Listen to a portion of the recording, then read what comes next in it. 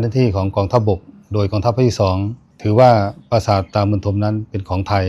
ของทั้ง3ปราสาทครับตาเมือนโต๊ดตาเมือนใบกรีมเนี่ยทั้ง3ปราสาทเนี่ยอยู่ในกลุ่มปราสาทที่อยู่ในเขตประเทศไทยไม่มีปัญหาครับពេលដែលខ្ញុំស្ដាប់ហើយខ្ញុំដៅកាហាយបងប្អូនគាត់បានស្ដាប់បងប្អូនចេះថៃណាគឺក្តៅកាហាយឃើញអាសងាវអាផ្ទះបាញ់នេះចេញមកនិយាយសិទ្ធិវិធាប្រាសាទទាំង3នេះសិទ្ធិប្រាសាទរបស់កងថៃសិទ្ធិវិធាប្រាសាទតមន់តូចតមន់ធំសាទនេះសិទ្ធិរបស់វា3ប្រាសាទហ្នឹងសិទ្ធិរបស់វាទេរួមឲ្យសัตว์อีควายของมึงล่ะของมึงตอนไหนล่ะเวลาก็ปราสาทตมอนโตยท่านมอนทมอ่ะของมึงอ่ะเป็นอะไรก็เชื่อกัมพูชาอีควายอีสัตว์ไม่รู้เรื่องเลยดูโลกนี่ไงรู้จักกับคนกัมพูชาไงอีสัตว์นี่เป็นอะไรอ่ะก็คงไทยอ่ะปราสาทของไทยก็ไม่เชื่อของไทยแต่มาก็เชื่อของกัมพูชาไกลๆนะปราสาทไกลตมอนทมกัมพูชาพี่สากัมพูชา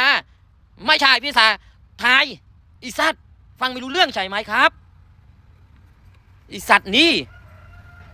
มาคงไทยอ่ะก็เชื่อของไทยก็ปราสาทกัมพูชาก็เชื่อของกัมพูชานี่ไงเป็นอะไรตามอนพี่สาตามอนพี่สาไทยตาไกไม่รู้อีควายอีสัตว์นี่เป็นเด็กชมสนับตีซาเวียเด็กจะมีสัตว์สนับสัตว์นี่สัตว์สัตว์บ่เวียแต่งใบสัตว์บ่ของไทยแม่เวียเป็นการอะไรมั้งบ่เส้นเจียบสัตว์บ่ไทยเจ้าเฮ็ดไอ้ก็มันชั่วไทยตื่มาชั่วตะมอนโตตะมอนทมตื่ภาษาไทยคือชั่วตะมอนนั่นคือไก่ตื่ก็มันหายตาภาษาตะไก่ใหญ่ตะไก่แรกอันนี้มันชั่วไทยอ่ะตื่ชั่วขมายน่ะตะมอนโตตะมอนทมตูโลกแต่งเอาตูแต่สกอร์โลกนี่ก็เกิดดังแต่บ่ขมายได้นี่จะสับให้กระไรกับหายมั้งกูอ่านเฉลี่ยเปลี่ยน